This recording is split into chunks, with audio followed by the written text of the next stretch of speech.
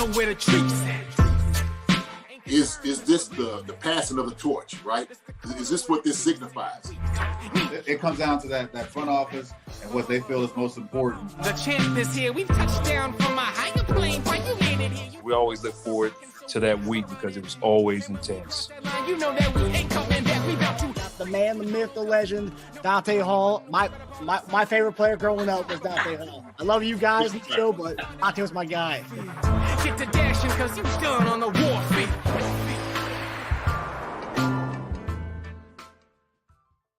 This episode of Chief Concerns is brought to you by betonline.ag. Marcus Dash here, and ladies and gentlemen, let me tell you, this is the best time of the year.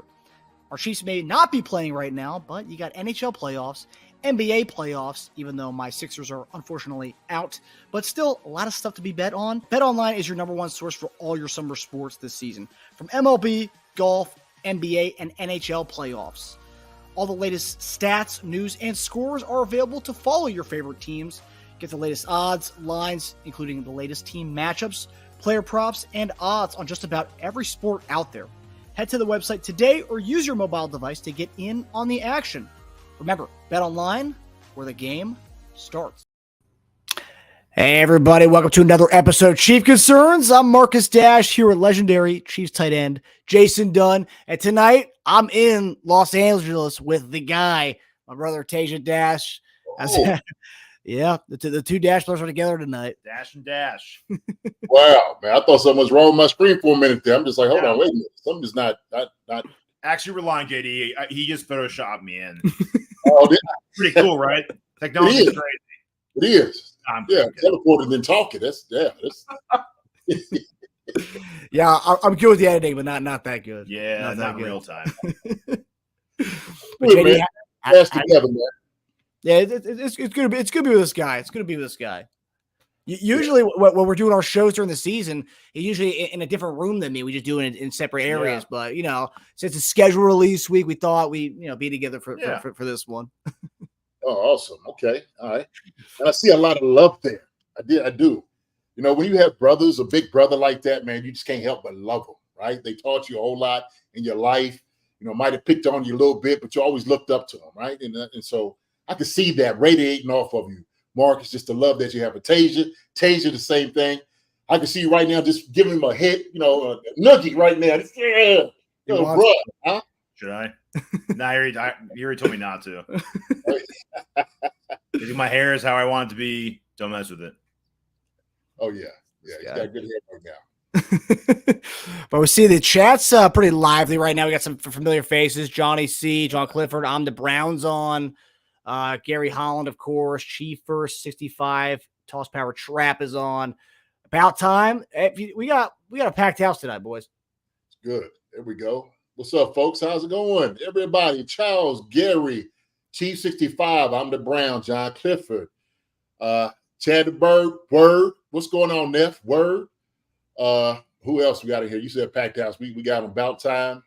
So yeah, all our family. Our family's here. This is Chief Concerns family. Yes, good sir. to see y'all as always. Good to see y'all as always.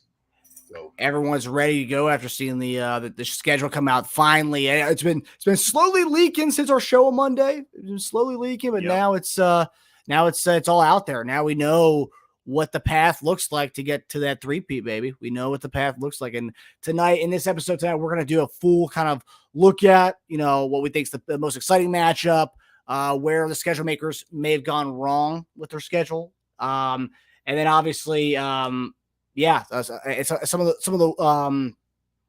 of the overall takes from what we've seen over the with the schedule that came out just a couple hours ago. So, and then also we're gonna do a very super early. I know JD likes doing his predictions when we get closer to it, but just for fun, for shits and giggles, we're gonna do it tonight. A very super early prediction of what we see as we see right now. Obviously, a lot can change in over training camp and everything. So we got a lot going on tonight. Pressure right there, man. Don't put me on the spot, Marcus. Golly. Immediately, huh? Just coming out the gate, JD. What you got for us, huh? Yep. You predicted. So I think I could rise to the occasion. I got something for us. I think so. Let's get it going, man. TGL 10. Lewis Cuthbert. Hello, my man. How's everything going? So, yeah, man, it's going to be a good show tonight. Hope y'all go ahead and tune in, give us some questions, engage with us. We love doing that. So, yeah, man, let's get it started. Let's get this thing popping. Let's do it. So with the first topic, so right below I have it, look at the schedule right now. I'll just quickly run through it if you're not looking at the schedule. So week 1, we are hosting the Ravens. Week 2, we got Bengals. Week 3, Falcons. Week 4, Chargers. Week 5, Saints. Bye week 6. Then we go to week 7. We got Niners. Week 8, we got Raiders. Week 9, we got the Bucks. Week 10, we got Broncos. Week 11, Bills. Week 12, Panthers. Week 13, Raiders. Week 14, Chargers. Week 15, Browns. Week 16, Texans. Week 17, Steelers. And we finish off the season with the Denver Broncos for the second time. So just based on initially looking at the schedule, I know we're going to get into most excited about, where the schedule makers went wrong later on in the show. But just based off your initial reactions when you look at the schedule, what stands out to you as far as your overall takes from what you see from the schedule? What stands out to me? I'll tell you what stands out to me is that this is not going to be an easy road. This is some very, very high caliber teams that we are playing. And so I see some teams on here who have gotten better from the draft, what they have acquired in free agency as well. But I do see that this is the task that the Chiefs need to destroy. Okay, if you want this three-peat, you're going to have to earn it this year. There's no question about it. And so we come straight out the gate, man. We're talking about the Ravens, then we got the Bengals, right? I mean, it's just, and so our two nemesis, pretty much in the AFC that we're thinking of, right? Joe Burrow, Lamar. What are you going to do with those guys? And we've heard people talk noise and mess online. I think you even had somebody come at you, Marcus, talking about, stop tough talking him a little bit, and he trying to flex his muscles on YouTube, on the comments. I'm like, man, come on, man. Like, look, if you like your guys, you like your guys, whatever. You know what I mean? So neither one of us are playing. None of us are throwing a ball. We ain't making a tackle, but we do love our teams, and I think we have a superior team to a lot of the teams that we're playing this year. Every team that I've seen out there is beatable. I don't fear anyone, no one at all. But it is going to be a tough road. Everybody's going to be, I'm telling you, they're going to be shooting for us, and so we got to be ready for it. I think we will be. I think we're up to the task. So that's the first thing that jumps out to me, man, is how challenging this schedule really is. So. Yeah, no, I agree. It is, and right off the gate, I think is what it stands out the most. You got Baltimore and Cincinnati. I think those two, right, that combination, and you JD playing Atlanta. I know Atlanta's got a new quarterback over there. He's recovered from the Achilles, but we're going to Atlanta and we're playing that team who actually, I mean, they weren't that bad last year. If they even had like marginal quarterback play, that team's in the playoffs. Right. They just didn't have that last year. Now you're bringing a guy, Kirk Cousins, who all he does is he's a I would say a little more glorified game manager, and he can't put the team on his back. He does make a few mistakes here and there. That game manager, like Alex Smith, didn't. So he does take more chances, I would say. But that's a good quarterback to have in that system over there, and they have weapons. So that's right at the gate. I think you're right. Coming out, it's a very tough schedule from the jump. So I do agree in that sense, JD. Mm-hmm. My thing, I'll let you get to it, but after this. But the thing that stands out to me more so than anything else, you talk about the front half of that schedule, how hard it is. I'm looking at the back half of the schedule being very, very easy. Not easy, but because I never want to say in the NFL, JD, I know you hate when people say things are easy. It's never easy. But just looking at the teams that we're playing, so we finished off the season, last 7 games. We got Carolina, Raiders, Chargers, Browns, Houston, Pittsburgh, and Denver.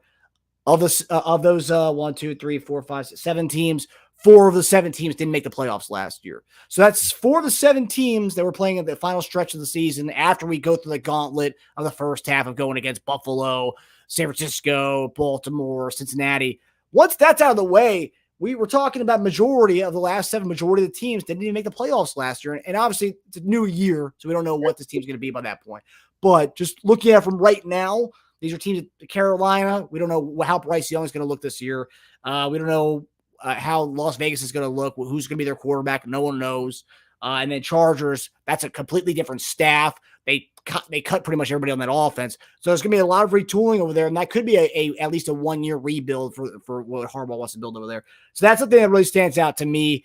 Pittsburgh, you never count out Tomlin. They made the playoffs last year, but again, new quarterback situation over there. Is it Fields? Is it Russ Wilson? Who knows? By that point, it's the second to last game of the season, so they probably know who their guy is by that point. But I think that's what stands out to me, the back half of the season being pretty chill, I would say, as the kids say. Yeah. Chill with 4 playoff teams, man. That shows you how hard our schedule is. Yeah, for sure. 4 to 7 did not make the playoffs. 4 to 7 did not make the playoffs. Bills, But like you said, Browns. Of the last 7. So I was doing half and half. Yeah, the back 7. The back 7. Okay, 4 to 7 did not make the playoffs. But if you split it up half and half, it's 4 and 4. Yeah, brutal. That's why I that's why I picked the 7. Marcus did one of those ESPN stats. Yeah, I know.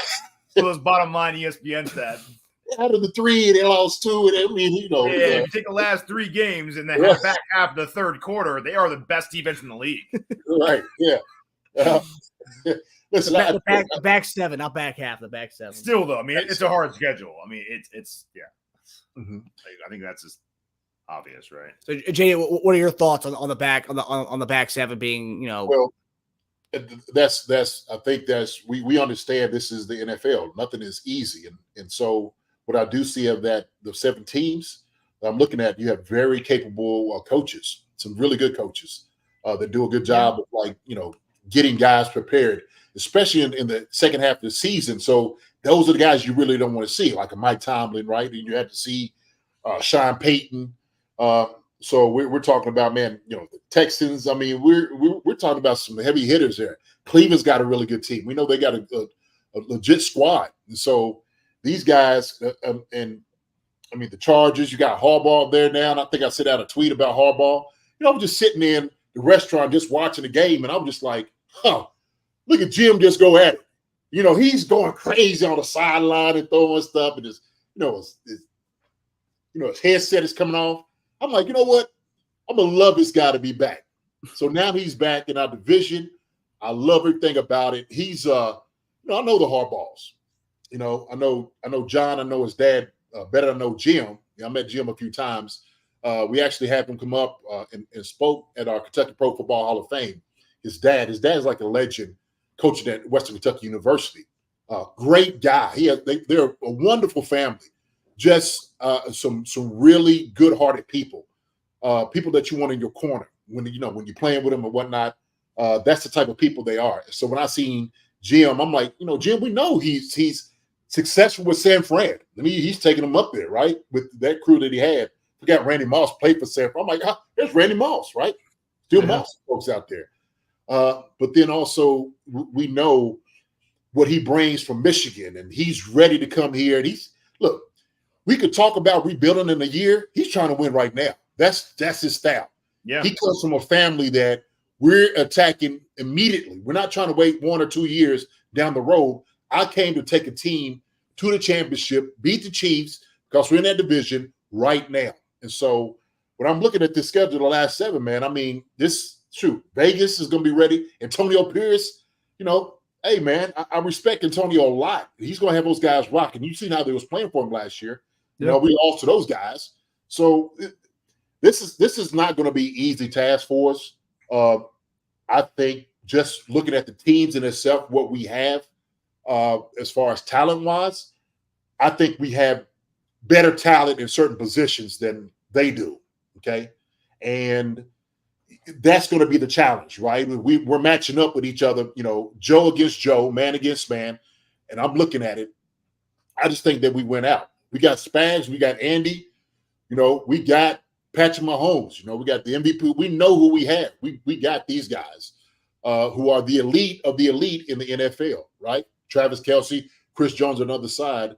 But it's everybody else around there picking up. So I think we'll be able to do that, man. So what do y'all think about, what I said?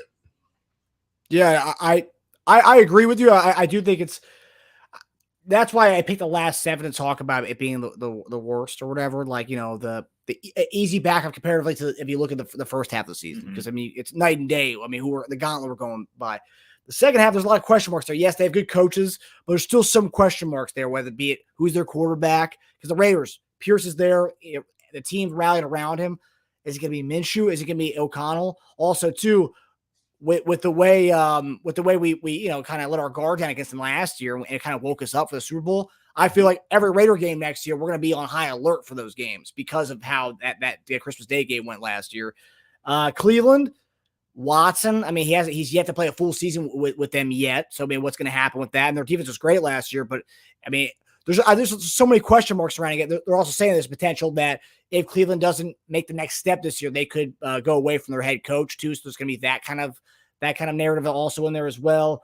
Houston, Stroud, second year. There's always potential for a sophomore slump. I don't think it's going to happen with him, but there's always a potential of that. Pittsburgh. Tomlin, there's been rumblings of him possibly leaving Pittsburgh over the last few years. Every year they always say that. I don't think it's going to happen.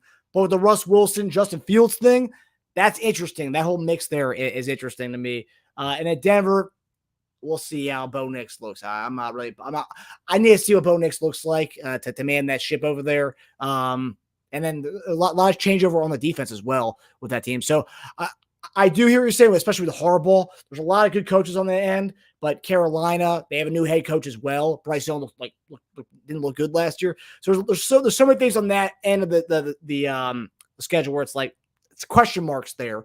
But I do agree. At the end of the day, good coaching and the players and the vets overcome all. So I do agree in that respect. Whether it's easy or not, we have the fellas and the team to overcome whatever they were thrown at.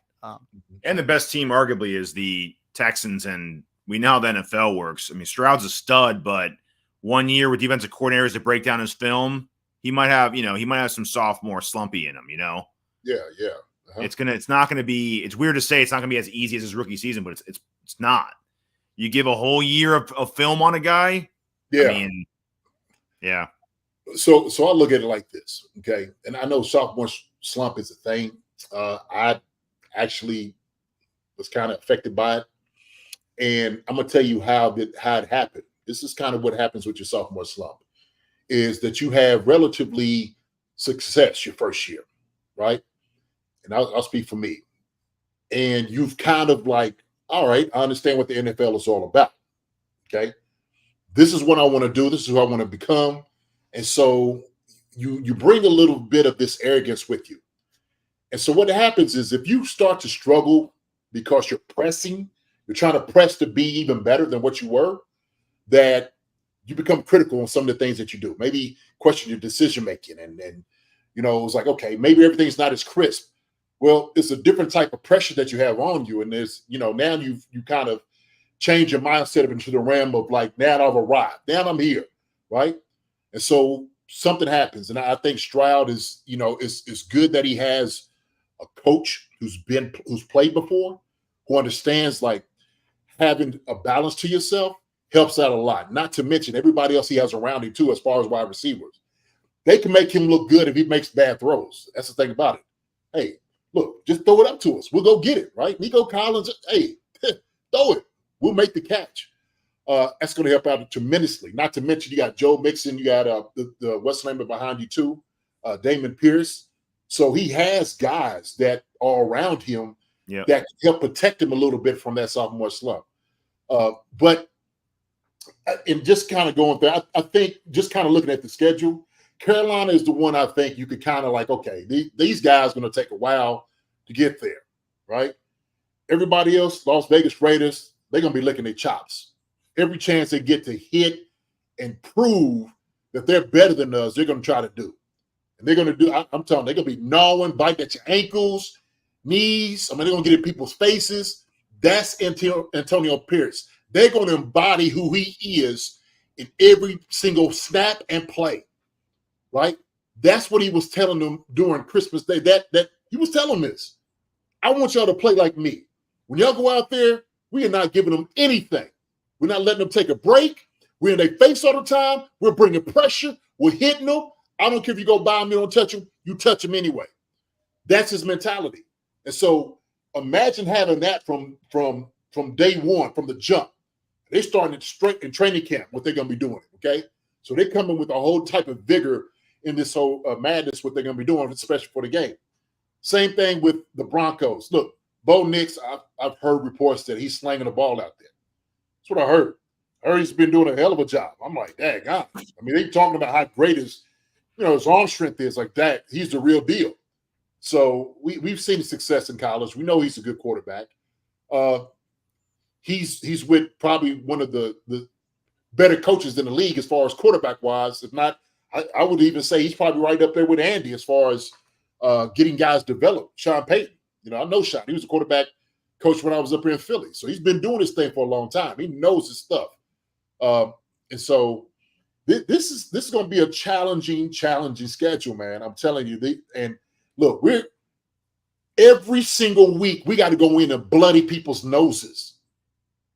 Every single week. That's how mentality has to be, because if we want this three-peat, we cannot let up at no point. We cannot take anybody for granted. And we need to understand that every single week is a battlefield, more than what it was last year, right? People didn't really come. They didn't see us coming. We had bad receivers, right? They talked about everybody, butter hands, and they're not really catching it. So the Chiefs had a down year. Then everybody started looking past us, right? Every single person that we played in the playoffs, they're going to beat the Chiefs. Miami, Bills, Ravens, they're gonna crush them. And so what Patrick did is, boop, pick one off, boop, pick two off, boop, pick three off. We're in the Super Bowl. Oh, there's no way San Fran's going to be able to beat Patrick Mahomes and or the San Fran. There's no way Patrick Mahomes is going to be able to beat those guys. We got more firepower over here. Didn't happen. And then before you know it, we holding it up. We holding the trophy up like it should. And it came to the place where it needed to come. Yep.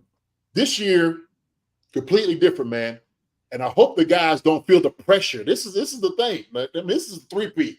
So it's never been done before. It's almost like we had to go to like Miami Dolphins. Every year they're looking at who's going to be the undefeated team, right? Yeah. Who's going to be this? So the Chiefs have the chance to go down in history as that team that the only team to be able to have a three-peat in the NFL, right? Yep.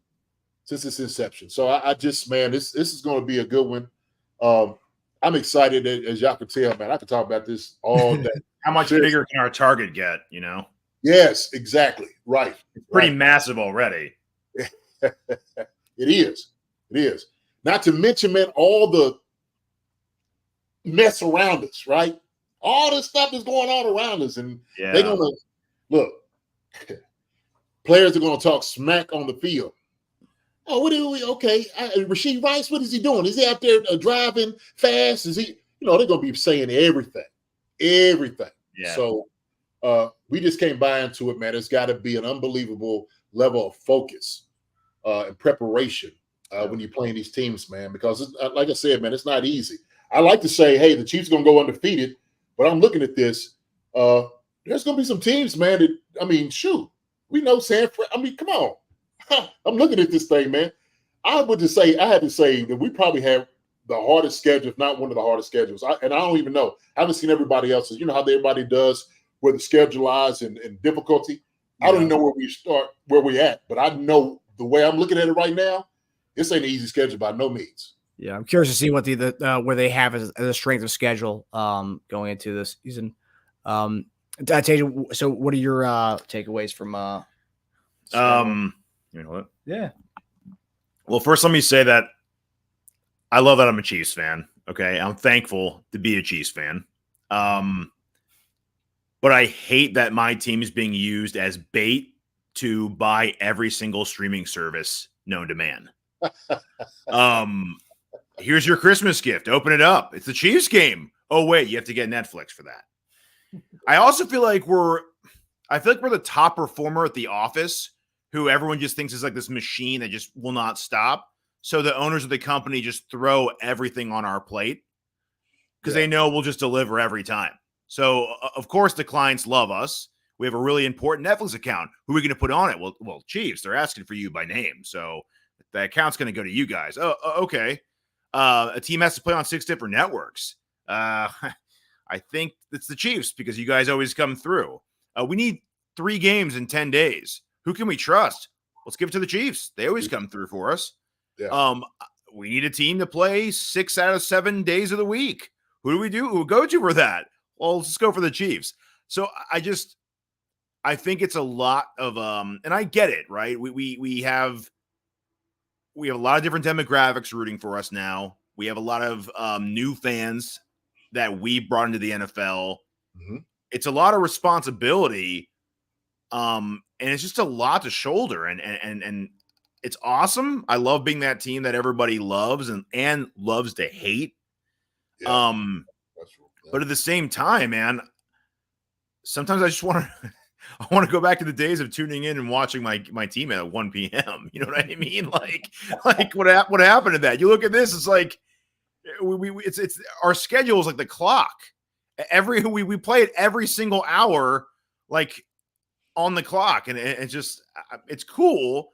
But at the same time, like you seriously have to be like you have to have like 4 different streaming services to be able to watch us play. 4 to 5, I think. On top of the ticket, if you don't live in Kansas City. So at the same time, you'll get a lot of the local games because that's just how it goes. We get a lot of like the national games that are on television, but then all the prime timers, you have to pay for all that, which again, I'm not going to complain because I love being that team, but it's just, that is a downside. That's one of the main takeaways I saw from it. I was like, man, what is all this, dude? Like I have to actually being a normal NFL fan, you don't need to like set a calendar around when your team plays. You just know it's on Sunday. For us, it's like every day of the week, there's a different day we're playing. Every week, I mean. So it's just that part was a little annoying to me. But you know, if that comes along with winning, then I'll take it.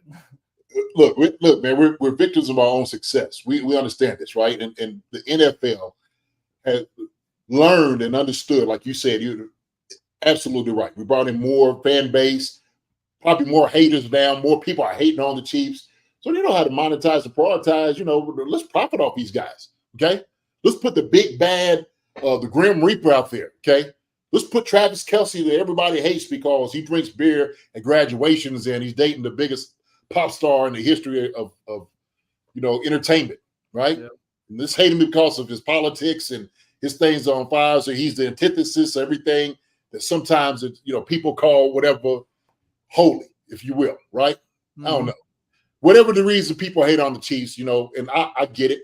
People want to see new winners. I got tired. I was the first one to admit I got tired of seeing New England win, being in the playoffs. I was absolutely fed up with it. Yep. Like, golly, anybody else but these guys, okay? And I had a cousin who was, you know, he was right up there from Massachusetts, and he would just sit back and just glow. Boy, he just loved it. He loved it, and I hated the smug look he had on his face. So we're those guys now. We're those guys, fellas. That's who we are. We're the smug-looking champion Chiefs. That's what it is, okay? And so, are you a big fan of the movie Stand By Me, JD? I am. Definitely. There's a scene in that story he tells where Lardass gets the entire place to start puking on each other. Remember that? You remember he's just sitting back with his arms crossed, really pleased with himself with throw up everywhere? That's pretty much like me for the past few seasons. Yeah. He's just looking at his work. With like blueberry throw up everywhere. Oh my gosh! But he's just so happy with his result, his product. Wonderful scene. That's how I feel when looking at our YouTube comments when we have Ravens and Bengals. When we have Ravens and Bengals fans commenting on our stuff after beating them and showing them receipts like we did last year. Man, I mean they on it fast, and I'm amazed at how many, like when we do our stuff, how many Raven fans or Cincinnati fans come in our mentions like just immediately get on. Oh, geez. Yeah, it is. It was like, hey, man, just relax, calm down a little bit. You know what I mean? So, and we were we were very respectful. We spoke highly of Baltimore in our show. I thought for being two Chief guys who beat them when everyone was picking against us last year. You and I were very, very, very nuanced, right there, and objective with the whole Ravens Chiefs Week 1 game. So anybody was mad about that. There were some Ravens fans who loved what we said. But there were some who came at us like, okay, you know what, like. I get it's your team, but like we were very objective with that whole thing. We spoke highly of Lamar. We didn't trash anybody on that team. We just said you lost some guys, and like when I mentioned they lost Geno Stone, the guy who led the league in interceptions last year. Like, well, he was a backup. Why are you bringing him up? Well, he was a backup regardless. He still produced enough to lead the league in interceptions. So, I mean, it doesn't matter. You lost that guy. So just because you plug and play anybody there, I mean, it's just you can't win with people sometimes. So I'm looking over here at a little bit of the chat, man, and so, man, everybody's. I love it. 14-3. Gary has 14-3. Lewis has 12-5, 13-4. I mean, I think to me that's a good indication. I think that's what we're going to be, right? I think we're going to be somewhere around there. I don't think we lose anything more than 5. I haven't said that for quite some time now. Yeah. Just because of the caliber guys that we have, we pretty much we got some new pieces, certain places, of course, and some questions, a little bit of questions. I seen one reporter and she was saying like the Chiefs don't have any holes anywhere. I'm just like, not necessarily true, right? There are some concerns, right? Chief concerns and some concerns that we talked about that I think should be noted, right? I'm just not going to give and say the Chiefs are perfect in what they're doing. We talked about the defensive line, which might be somewhat of a challenge for us, right? Because Charles Minna, who is not back yet, we still got to wait for King Felix, how he's going to look. We got Mike Dana, of course. We brought him back, which is a great choice. And then we got, Karlaftis. So we got guys that can come up. Are they going to be able to hold up until Charles gets back? Same thing. We got the best defensive tackle in the league, Chris Jones. The other guys that's right there beside him, they need to show up as well, right? That's reality of it. We know we got a good corner, all-pro guy in McDuffie, okay? We have him. The question is, I think Jalen Watson, I think he's a guy that's going to be able to come in. Joshua Williams, he's a guy that's going to be able to come in. I think these guys are going to be able to do it. Still a little question, can they do it consistently, right? Can they get what Snead did? I think they could. People are going to test it out. I guarantee it. They will test it immediately. Stay away from McDuffie. Let's go to the young guys, okay, who has less experience. Oh, they'll get tested. Oh, yeah, no question about it. So that's going to be some of the things. Offensively, right, left tackle, all right, who they going to have? So we got 2 guys, second-year player, a rookie over here at left tackle. Like I said before, right tackle, guy who had the most, penalties, offensive lineman in the league. That's going to be some of the question. And I'm seeing other people, same thing. Oh, well, we got Pacheco, yeah, but, I never really heard people talk about the durability of Pacheco until really now, the concern of it. I think Pacheco's going to be fine. I don't think people are as optimistic about the backup as I am. Look, hey, I like CEH. I think CEH will be a good change of pace. Other people are not okay with that. Now I'll let y'all can tell me what y'all think. I see Teja over there. So Teja, I know, I don't know where you sit with it, but I'll let you talk about it.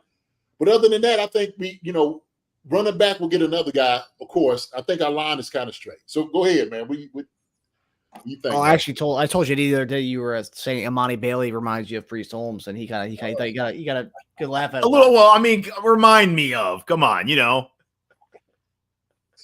Remind you of, yeah. I'm about to spit out my water. I'm like, what?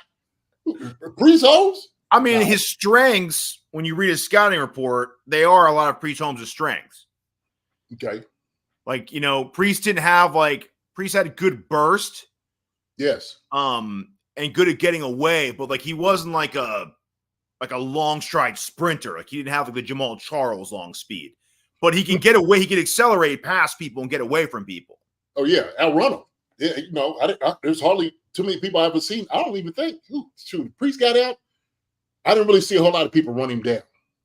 Larry definitely not. Okay, Jamal definitely not. But Priest was one of those, like once he got to the second level, couple cuts, he's gone. He started that little Priest gallop. That's Yeah. thing.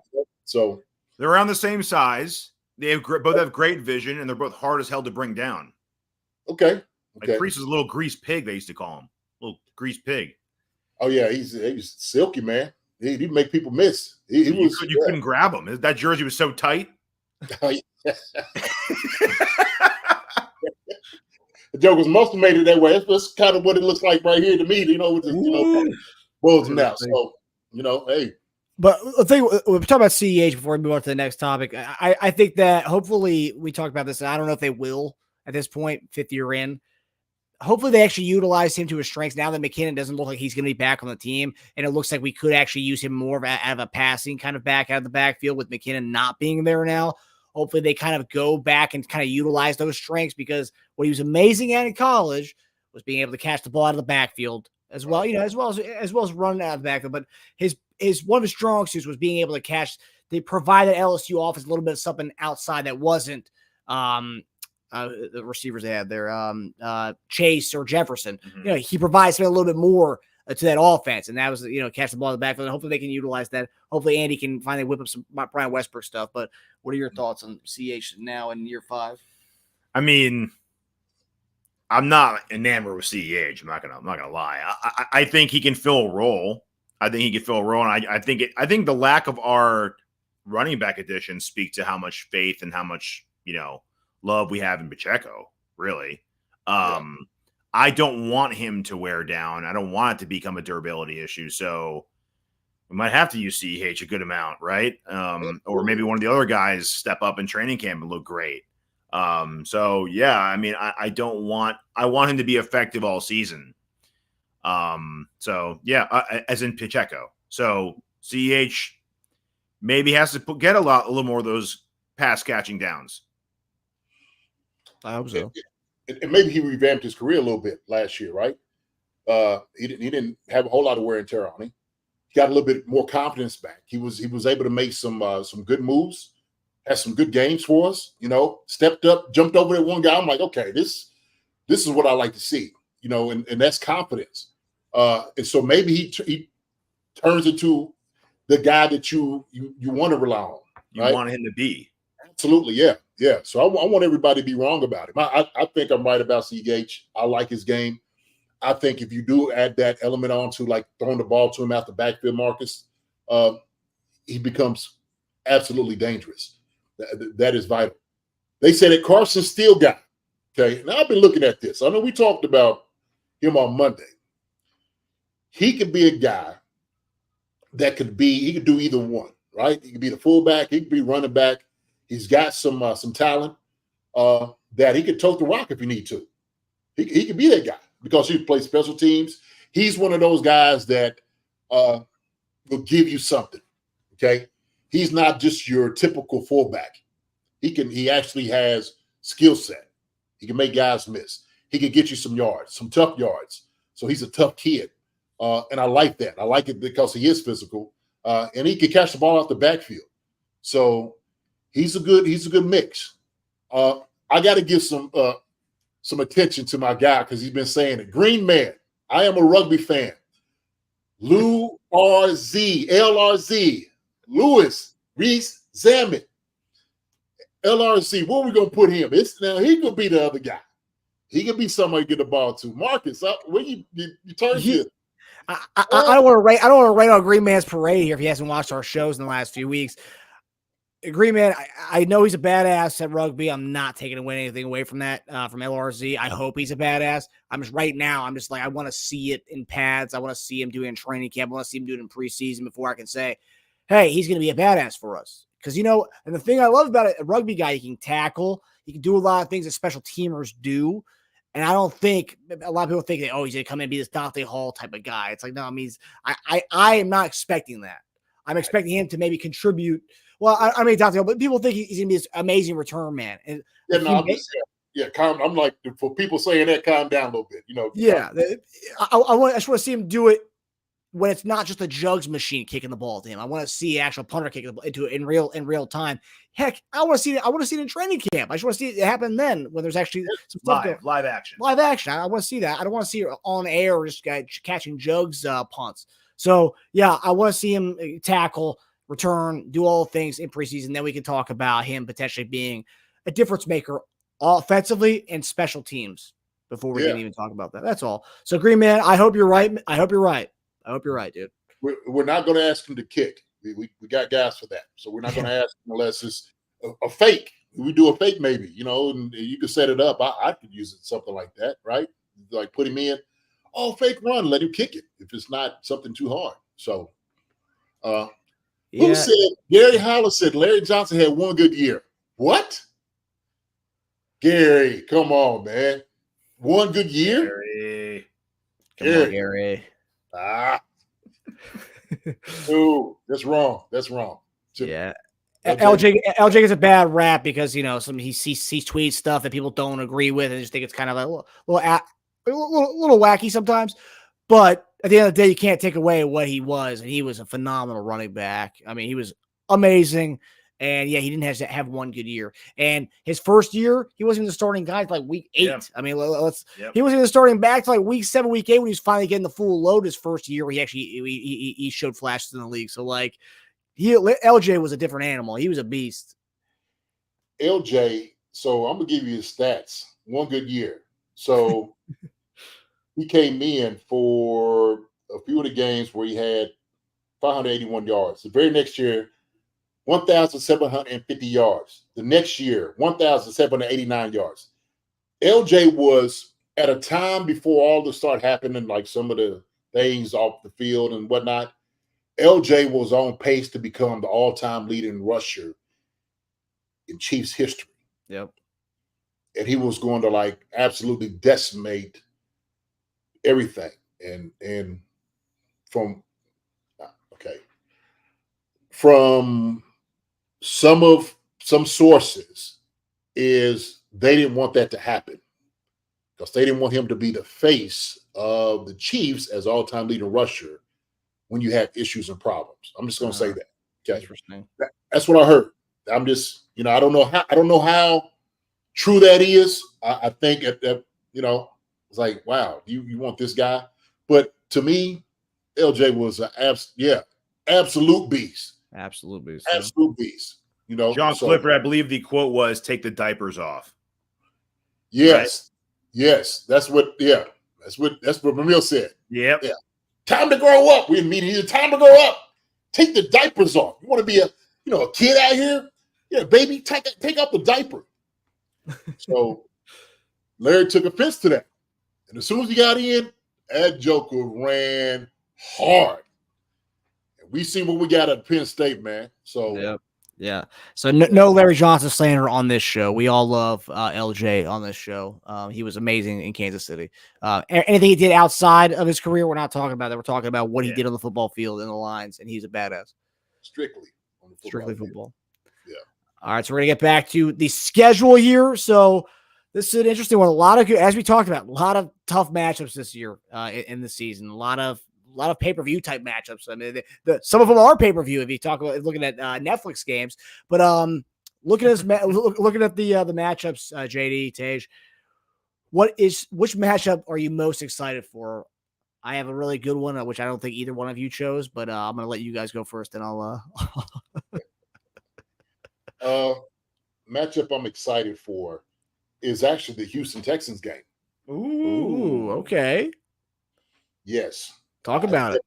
I want to see that a very young team, a very young, talented team that has some moxie to them, got some a little bit of charisma, some confidence, some arrogance.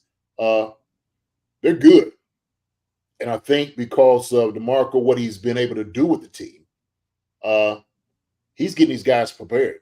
I think they got a little taste of that last year, and they're saying, we're good enough to win it all. For what we have, we added another piece, a couple other pieces that they needed. But I want to see C.J. Stroud, like you said, his second year against Patrick Mahomes.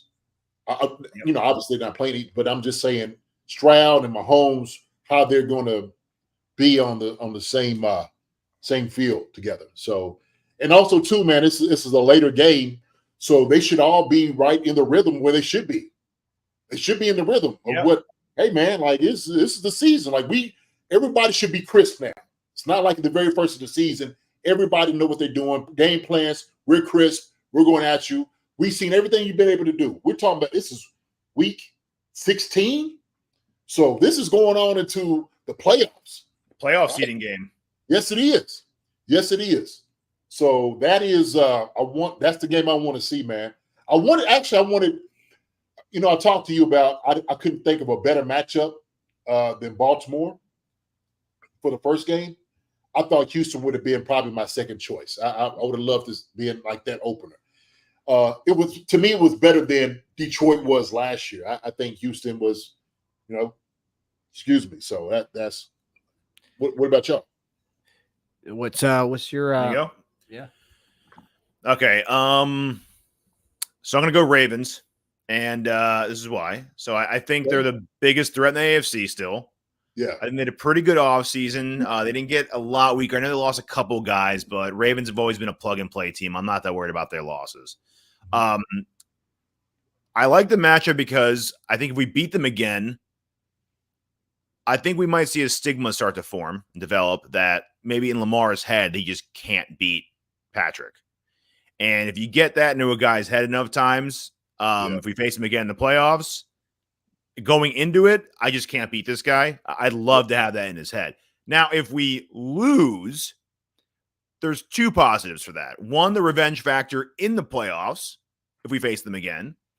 Two, that game will be so far removed that the Ravens will hardly be able to take anything away from that game and use it in the playoffs because that will be like 4 months ago. So that will be almost like if we face the Lions in the Super Bowl. Like they can't say, well, we beat them week 1 when they were a completely different team. Right. So if they do beat us, okay, that was like last year almost at this point. So I'm not that worried about it. Other than it just being a great matchup, and if there's a game from the playoffs that needs a rematch, it's that game. So it's a good choice. I was right there with it. Yeah, I think both you guys, as far as before I get to mine, I just want to clarify here. This is this is the game I'm most excited for. Now, I think both the games you guys have with the Texans and Ravens, I think those games are marquee matchups. I think those are the games of the week on each given week. I would say, obviously, it's the kickoff. Yeah, one's a Saturday and one's opener. 100%. So, like, I think both these games are phenomenal. JD and I were talking about Houston. They should have been. Arguably, that could have been the first game of the season. Houston's an upcoming team. Stroud's going to be the next face of the league, the younger generation face of the league. He's doing trips to Japan, trying to further the game along around the world. So, like, 100%, I think you can make a case for Houston. You can make a case for Baltimore. You can also make the case for you can make a case for a lot. Cincinnati could have been. I'm surprised that wasn't a primetime game or even the Sunday night game. Yeah, Buffalo. Yeah, I think everyone's kind of played out with those games.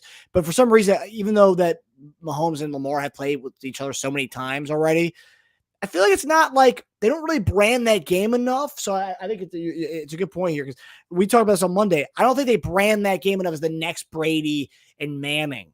They've tried to force this Josh Allen Mahomes thing down our throat for the last few years. They try to force the Joe Burrow thing down our throat, Mahomes, for the last few years. We haven't really heard much about Lamar Mahomes when those guys have played each other more than the other two have played Mahomes. And so, like, I don't know, maybe it's because he hasn't beaten Mahomes that often. Maybe that's why. But the fact that these two guys, they both have MVPs. Mahomes doesn't share MVPs with Josh Allen or Burrow. Lamar and Mahomes both have multiple MVPs, and I think that's the more modern day Brady Manning. So yeah, I do like that. Real quick on that, and I think the reason is because some people just don't look at Lamar as a pure quarterback. Yeah, and that's terrible to even say something like that, right? God has 2 MVPs.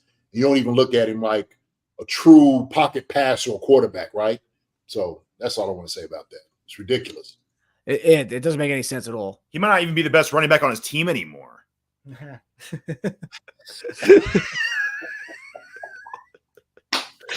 It's true. It's a good point. It's a good point. All right, so I'm going to take this into a different direction here. If you guys have watched the show for a long time, you guys know I have an affinity for another quarterback in the league. You also know I have the affinity for Big 12 football. Offense, everyone says defense wins championships, but offense wins. It wins ratings and it wins views is what it does. And I'm going to take us back to 2016 Texas Tech versus Oklahoma, where that game, the Baker Mayfield Oklahoma-led Sooners won 66 over the Mahomes-led Texas Tech Red Raiders 66-59. In that game, Baker Mayfield had 545 yards passing, 7 touchdowns throwing. Our guy Patrick Mahomes had 734 yards passing, 5 passing touchdowns, 85 yards rushing, and 2 rushing touchdowns. The only time they've met in the NFL was in the playoffs where Mahomes got hurt, taken out of that game early, and Chad Henne had to come in and kind of lead a comeback over the Cleveland Browns and the Baker Mayfield Browns squad. So I'm going to fast forward to Week 9, Monday Night Football of the 2024 season, where the Baker Mayfield-led Tampa Bay Buccaneers will take their squad to Kansas City to face the Patrick Mahomes-led Kansas City Chiefs. Baker Mayfield, some people said he was down and out of the league. The guy kind of, reignited himself into being the guy in Tampa. A nice home down there with Mike Evans and Chris Godwin. And then he's coming to face Patrick Mahomes. And we talk about the Big 12 aspect of things. This offseason, we've added Marquise Brown, Oklahoma guy, Big 12 guy. Well, now it's the SEC, but Hollywood Brown was a Big 12 guy. And then you add Xavier Worthy. Now they're an SEC team, but again, Big 12 football. And we've added those guys to this arsenal. And now Mahomes actually has guys outside Travis Kelce to throw to. Baker Mayfield's got guys to throw to on that end. We could have potentially a kind of a mimicking of that 2016 showdown between Texas Tech and Oklahoma on Monday Night Football this coming year, week 9 of this season. We got Patrick Mahomes and Baker Mayfield. I think we might have some offensive explosions this week in that game. It's a Monday Night Football game, too. We're talking prime time, baby. Monday night? Rice's suspension will probably be lifted at that point. So how about that? Yeah. There you go. We'll see. Yeah. We'll see. Man, first off, that sounded like a basketball score. Okay? Yes. Yeah. 0 defense. 0. Like, I would be livid. I'm like, everybody's fired. If I was the defense coordinator, y'all all done. Y'all all sitting. I don't care. We're bringing somebody else in for something like that. And, look, I don't mean to laugh. I know you love Baker Mayfield. I'm not a big believer. I think Baker Mayfield has been getting they ran commercials for 3 or 4 years. This sucker didn't win the house. I'm just like, why y'all keep showing these commercials? This guy, he sucks. He's horrible. I don't really say that, but he wasn't. He didn't live up to the hype, at least for me, to warrant the commercials. Okay, I don't want to say anybody sucked. Obviously, he's worked hard to get to where he's at. He's earned a great payday with them. Was that 3-year, 100 million up to 115 million? So bravo for him getting that. And maybe this is the right fit for him. This is the right fit. He's matured. Good. This is going to be a good matchup because they still have, he has Evans. We don't know what Godwin's going to be. We talked about that. He's got running back. What's his name? I can't think of his name right now. White. Rashad White. They had somebody else though too, didn't they? They drafted someone, I think. Yeah. They did. So they're gonna be pretty good, man. They're gonna be pretty good. But I just, Baker, man, he's one of those. I want the ball to be in his hand so he can blow the game at the end of the day. I just, so he can snap off that chin strap and look at everybody like it's their fault, So. And just think, everyone loves well, at least I'm a big fan of the red and orange Skittles. Potentially, we could have the Buccaneers wearing the orange creamsicles with our red. That's a handful of red and orange Skittles right there in that game. Candy that night. Yeah, it's only a few days after Halloween too, so everyone's gonna have some Skittles for that. That's what I think of when I those creamsicles and potentially with our red. It's gonna be red and orange. It's gonna be great. But yeah, honestly, I think that could be a high scoring game. I don't know if it's gonna match 66-59, but I could see some Big 12 fireworks in that game on Monday night. ESPN definitely wants it, so it could happen. Yeah, hey man, maybe he'll come in and Green says Baker has a great story. He does, and he's kind of like the underdog, right? And he's been out here trying to revamp his career. He's been doing it, and he's kind of gotten back on the horse, man. So he's been humbled. I think having to play for a 1 year, $4 million deal after getting cut from Carolina and then playing with the Rams and kind of rebuilding himself and then taking a 1 year, $4 million deal with Tampa. The way he spoke to the media was just different. He wasn't kind of this like nonstop, a chip on my shoulder kind of talk. I mean, obviously, he plays like that, but it wasn't as like verbal. He wasn't like going out and saying anything. So I think he's been humbled. And I think he's matured. So I think he's not that same guy that a lot of people couldn't stand coming out of college. Yeah. Jenny, I mean, sometimes the NFL, you can be humbled real fast. Quick. It does something to a man. It absolutely does something to a man. And it's all about how guys respond to that type of adversity. Johnny Manziel, I think, was a guy that he couldn't get back, that luster that he had coming out, even though I thought he was, incredible talent. He had everything, but he couldn't get past his own hype. He couldn't get past his own self. And so you're sitting there wondering, like, why are you in the club hanging out with OBJ and all the stars and whatnot? And you should be out here throwing balls to him. Yeah. And you kicking it with bottles. And look, I get it. And so, but no, that's good for Baker, fighting through all what he had to fight through to get to where he's at right now. So, and also to add to the matchup of the whole Baker Mahomes story, for people who don't know that Baker transferred from Texas Tech to Oklahoma because of this guy by the name of Patrick Mahomes. They have this new guy coming in the wings. Cliff Kingsbury pretty much let him know, hey, this guy's coming. And Baker was a walk-on, so he wasn't like a preferred guy from them. He was a walk-on who got the starting job at Texas Tech. And then they recruited this kid, Patrick Mahomes, and he knew what all of us were to find out a few years later of what talent Patrick Mahomes was. Man. Yeah, so and that also adds another element to this matchup on Monday night for Week 9 of the NFL season. So it's gonna be a good one. Chris Wright, man, appreciate you, brother. Throwing the 5 our way, man. All love to you. We appreciate you, man. Saying guys, our favorite Chief cast. Keep it up, fellas. We will, man. We appreciate it. Talking this. We always gonna keep it 100. We're always gonna keep it real. Appreciate it, brother. Yeah. We'll get to the 3 games in 10 days in a second here, Chris. As we head to a part I think all of us are going to agree on, with it being the worst part of what the schedule makers got wrong. So, kind of piggybacking off this 3 games in 10 days stuff, week 15 and week 17. That's where I'm going to go with this. But you guys may have something else to say about this. But what do the schedule makers get wrong when you look at the schedule this year, especially after what we talked about last year towards the end of the season, where we were playing games against teams who had full weeks to prepare, or we were playing with short weeks? What I thought there would be kind of a correction to what happened to us at the end of the season, but it seems like there was not really a correction with that. They actually ended up making us have 3 games back to back where we're playing on less days than our opponents. So it's crazy. But JD, what do you got to say? And also the health risk behind this too. Yeah. Oh yeah. Yeah. And that's really what it boils down to me, is really what you're putting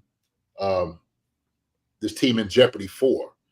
These are hard. Cleveland, Houston, and Pittsburgh. I mean, these are hard games, hard hitting teams. It's hard defenses.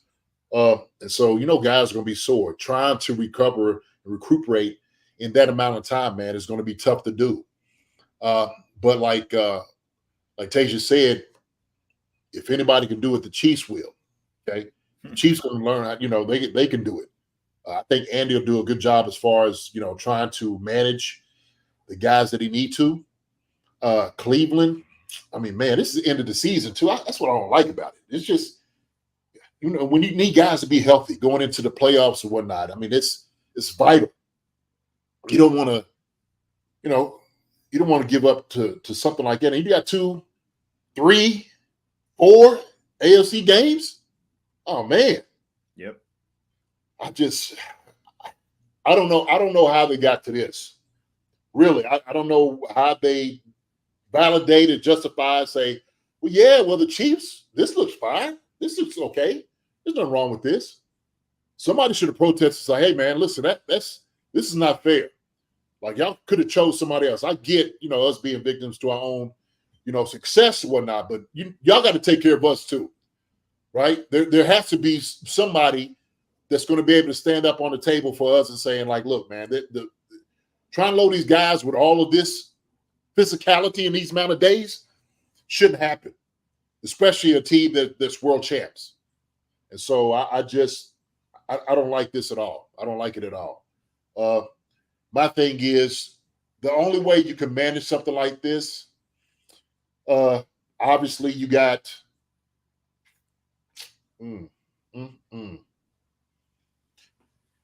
you're practicing when you play the game, guys, you immediately go to the field, okay? And you just kind of go through what you have to work on. You got to work on your own stuff. You game plan. I mean, during this offseason, they've been game planning. They're game planning already. But, immediately when you go in, what you have to do. And like I said, man, and Teja was saying, man, Houston and Pittsburgh are easily teams that are right there. So we're trying to jockey in for positions in the playoffs and whatnot. Like, all these things are vital games, to each and every team they playing, man. That's why I don't like it. So, Teja.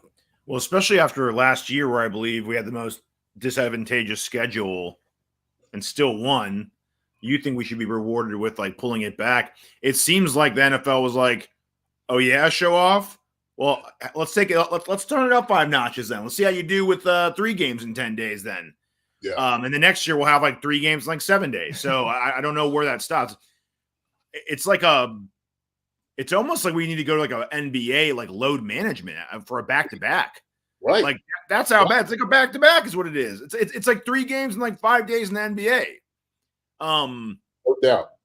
It's pretty crazy. And I get we're the team that attracts a lot of new demographics and new viewers. But if our play suffers because of it, then is it worth it for them?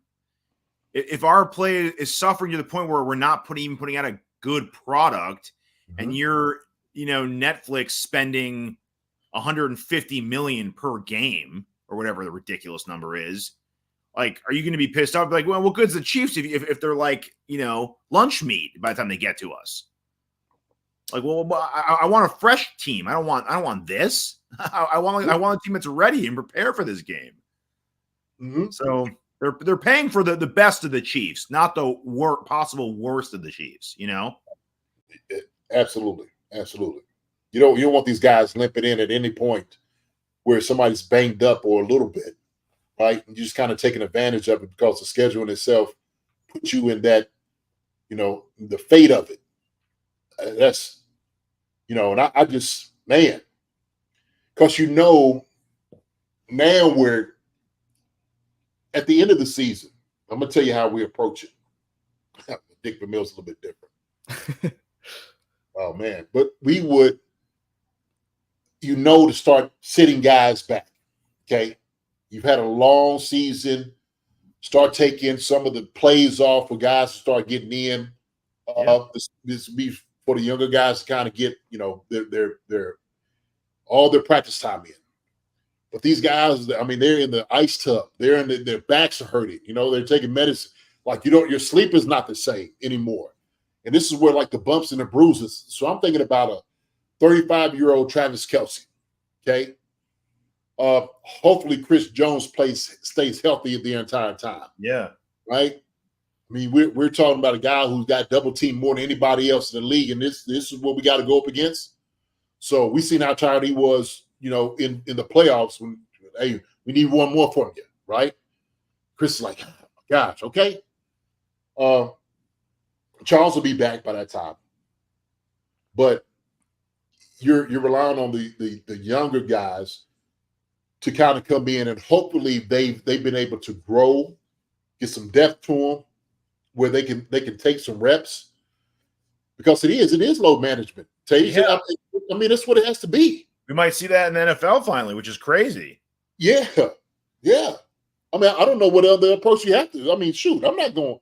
You think I'm gonna throw Travis Kelce in there?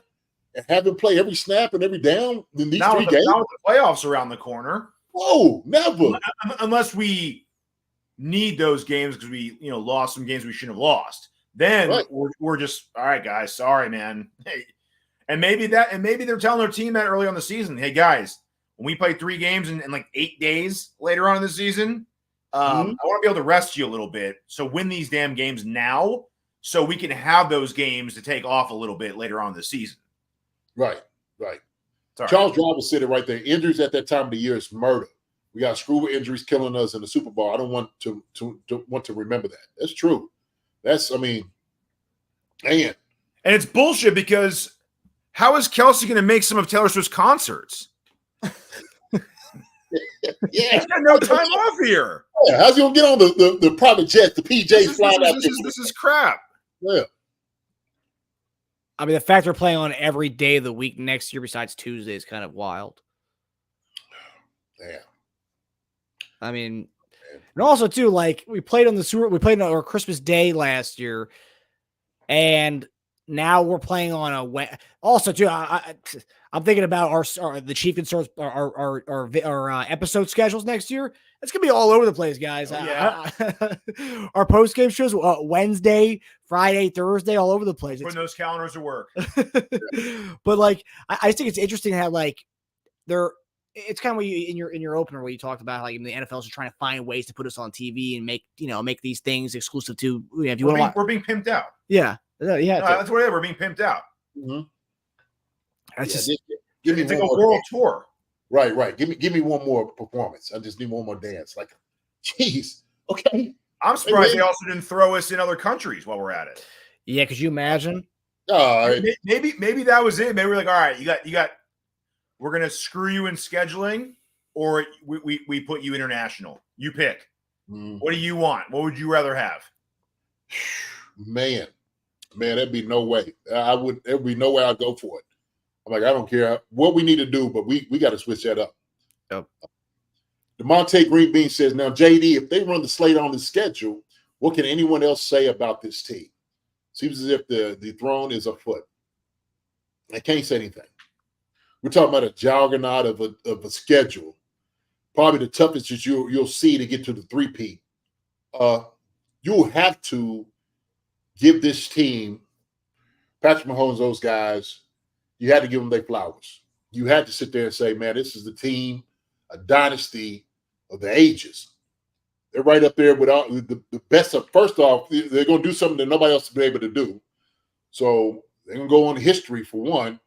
But this has to be the greatest run in the history of football, I would say. Yeah. For the simple fact, because you had to take everything in factor, right? Maybe I'm being hyperbolic, but I think you had to consider this. You had to consider it, right? Especially sitting there saying these 3 games like it is, and what guys had to run through. Heck, they kept throwing people up, like you said, Marcus. Heck, you throw Joe Burrow up, he's the next guy. Justin Herbert, he's the next guy, right? Josh Allen, he's the next guy.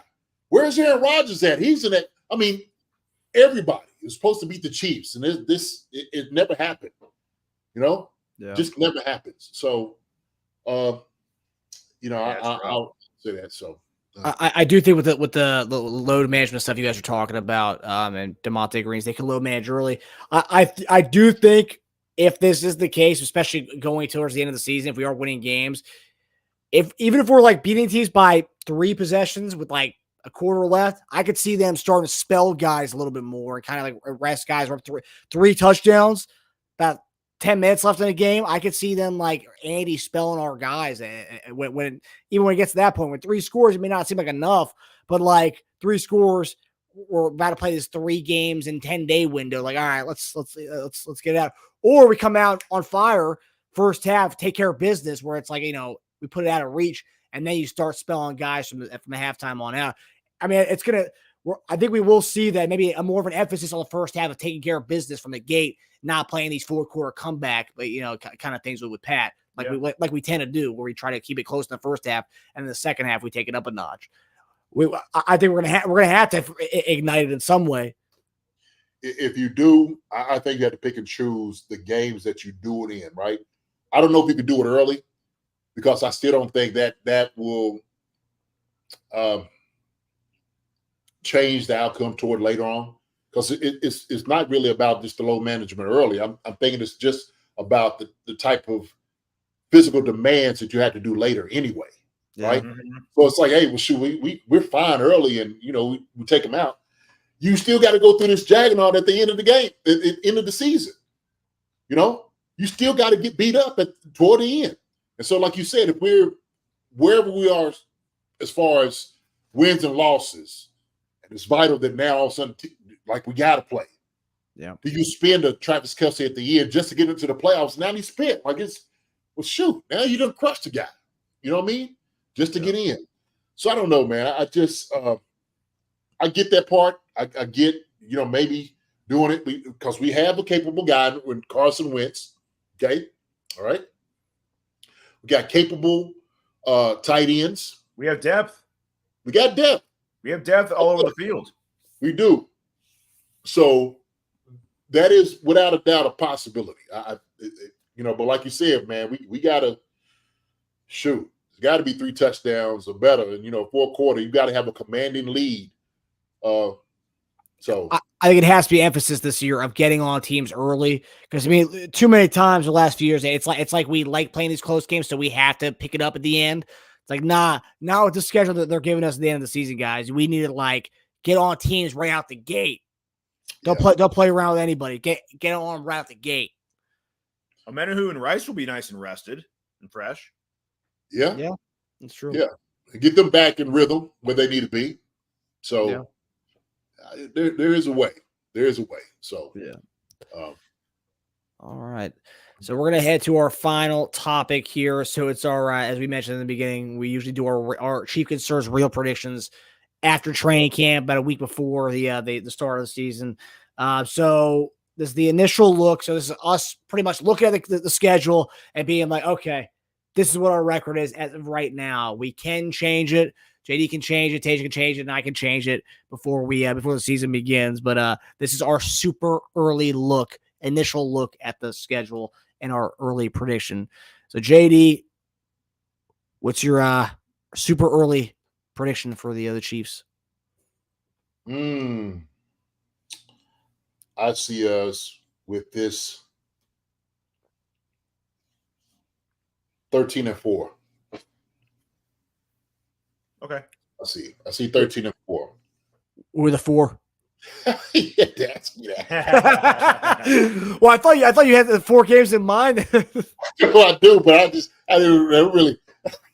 Okay, so on the record for that yet.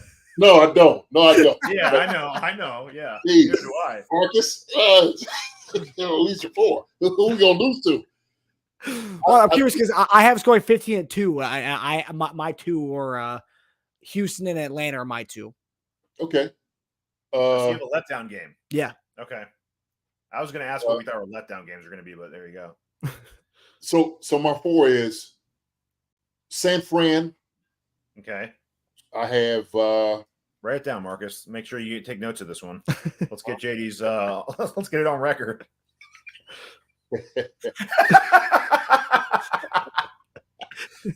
Get tattooed on my arm. Yeah. So maybe San Fran. I have Buffalo. Okay. I have the Raiders. Wow. Yep. Mm-hmm. And I have Steelers at the end of the season. Wow. Okay. Yeah. For me, it was Pittsburgh or Houston of one of those games at the end of the season. Interesting.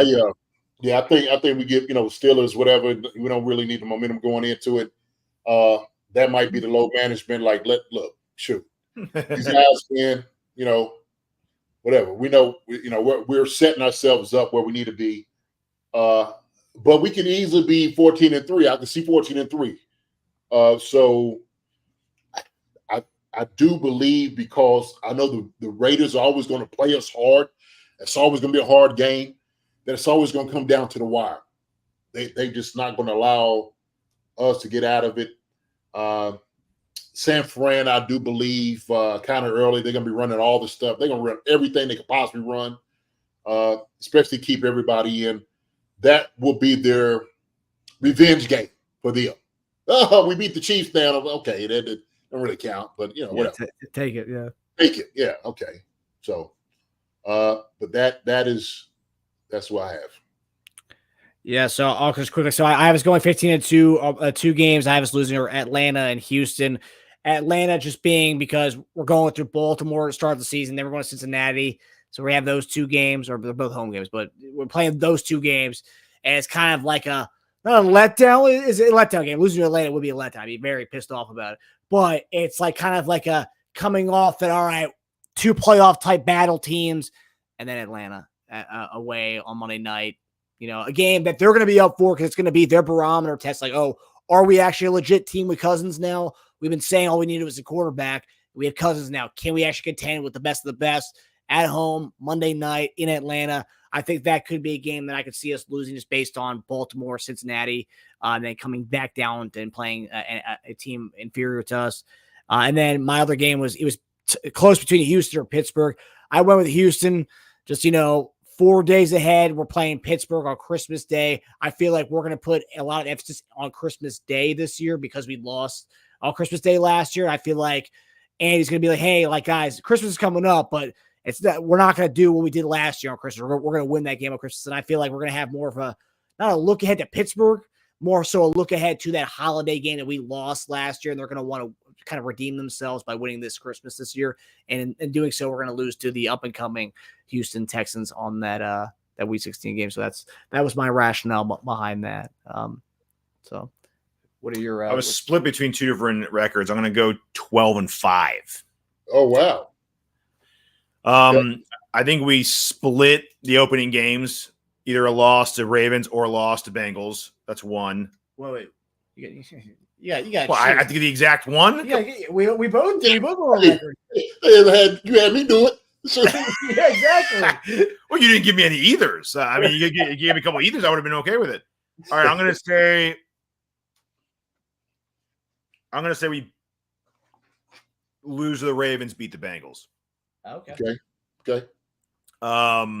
Niners. Okay. Bills. Okay. I think we split with the Raiders, so you can go either way on that, whatever you want to say. All right. See, the last one, I think we're going to lose one in that 10-day stretch. Yeah. I don't think it's about the team. I just think it's about, I think it's almost impossible to win 3 games in 10 days.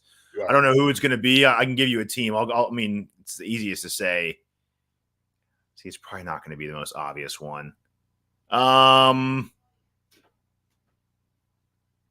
go Houston. Even though I don't know. Interesting. Both you guys are buying the Antonio Pierce Raiders.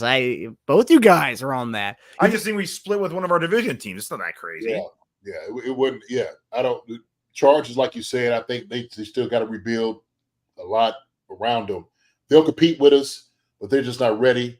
Raiders is a little bit more like game ready, and because of the receiving core and whatnot, I think they'll do all right. I think they'll embody Antonio Pierce enough that for them, they beat us one time, they are happy. They are like, oh, hell yeah, here we go. Raiders, yeah.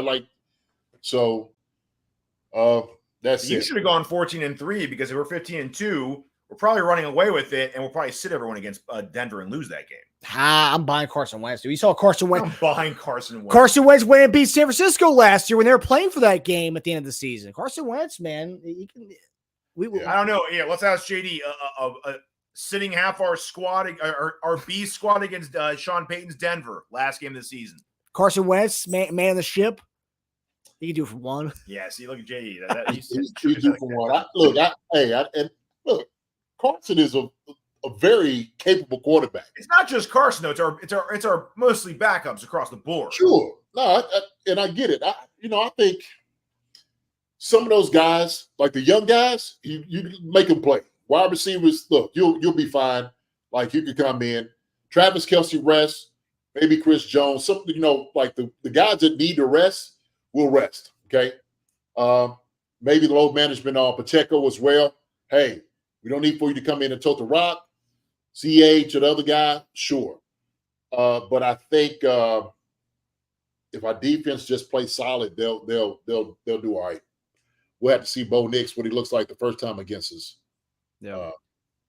But I do think that Pittsburgh game might be the one. Like, all right, okay. So we might be getting the wrong division game too, because if there's one team that we probably want to beat more than the other teams, it's the Raiders. They've been talking a lot. I could see us being chippy for those games. If you want to go with an underdog team to beat us, I maybe go Chargers, because no matter how bad they play this year, if they beat us, that's their highlight. Yeah. That's their Super Bowl right there. And nothing else this season would have mattered if they beat us. Right. The season's a success because Harbaugh can build his entire offseason off beating us one game, even if the record is 5-12. Yeah, he'll hang his hat on that, saying, "Look, we're see what we can do. See what we can do when we play things the right way." Yeah. Mm-hmm. Yeah, and also too, I can see Denver pulling out a win against us. I mean, they did beat us last year with Russell Wilson, and Bo Nix is his guy that Trump hates talking about. Then I could see Denver pulling it out. I mean, our division, Chargers looked like trash last year, but they're at second half of the season they kind of waved the white flag. But I mean, it's tough. It's a tough division, although we've owned it for the past decade. It's a tough division nonetheless. All these teams are gunning for us for what, like you said, they want that marquee win on the season to make themselves feel better about 100%. where the direction the franchise is going. So I mean, it's always gonna be a battle regardless of who it is. Carolina, Denver, Jacksonville. It's always gonna be tough. If you're on the hot seat and you beat the Chiefs, that seat's a lot cooler. Let's put it that way. Oh yeah, no question.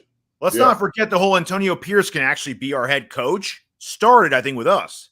Didn't it? Yeah, that was the big one. Yeah, that was it. I mean, he can really thank us for being the head coach right now to a certain degree. Absolutely. Yeah. So he proved it. So that'd buy you some time for sure. Yeah, I think they lost Indianapolis the following week after beating us. So it was that became a big thing. The hype became around Antonio Pierce. Then they lose to Indianapolis the following week, and then it was like, okay, well, is he our guy? The whole team wanted him still. So. And then ironically, they end up signing the quarterback who beat him the following week in Gardner Minshew, who's probably going to be their starting quarterback this year. So it's going to be interesting. But so I like it. So we got 13-4, 12-5, 15-2. So that's our super early predictions. We will be doing another episode when it's a week before the season starts, where it's the official lock it in JD's prediction for the season, the official one. This is just the schedule release day one. Early. Super early. But all right. Well, it looks like we had a packed group chat tonight, guys. So again, thank you guys for working with us this week to be on at a late night for our shows this week. It really helped. It really helped me out in this whole California the time difference here. And JD, I appreciate you as always, brother. Hey man, I'm here for you, brother. You know that. So I appreciate it. I appreciate it more that you're out there with your brother right now with Teja. Man, dude. I'm so happy. I feel so happy, man. It's brotherly love. Me being a youngest brother, and I got 7 older brothers. It's a beautiful thing. It's a beautiful thing, man. But I want to say thank you to everybody that came in the chat for us tonight too. Really? Y'all been an absolute trooper dealing with us and stuff, man. Appreciate it, John Clifford. Thank you, my brother. Appreciate Gary it. Charles, Ozzy, Green Man, DeMonte Beans, Lewis, Nicky M. LRZ. Yeah. Green Man. So, now we appreciate you. I'm DeBrian. I think you bounced out on us. Everybody else, Ricky, Reef, all y'all guys, Trey L, Gary. Appreciate y'all, more than y'all know, really. Thank you for coming out. Yeah, you guys make it every night. We do the live streams. I mean, we used to do pre-record shows, and then JD and I were like, let's go live stream so everyone can see us. Do our work right in prime time. You guys can contribute to the conversation. You guys have made our shows that much better doing the live shows. And so we really appreciate all you guys' input and engagement and everything. John Clifford, where in Cali? So Monday I was in Riverside with my girlfriend's family. And today I'm in Santa Monica with this guy. And then Friday I'll be in Long Beach for a friend of mine's wedding. So pretty much the SoCal He's on area. tour like the end of the Chiefs season. Yeah. Pretty much. But all right, guys. Well, we hope everybody enjoyed the episode. We hope everybody, listens to our picks here. Don't place any bets yet, guys. Don't do that yet. Don't no futures bets. Wait for as we get closer so we can predict the actual schedule with everything. But we hope you guys enjoy the episode. We hope you guys enjoy your weekend, and we will see you guys on Monday. Definitely. Love you, brothers, man. Y'all be good. Have a good time enjoying each other, loving each other. Love you too, brother. Love you, Right? man. See y'all. Love you guys. Have a good night, everybody. Hi, everybody. Thanks for watching. Subscribe here to get the latest from the show. Also, be sure to check out the best clips from Chief Concerns. And if you prefer to listen to the show, subscribe and follow us on Apple Podcasts, Spotify, and anywhere else you get your podcasts.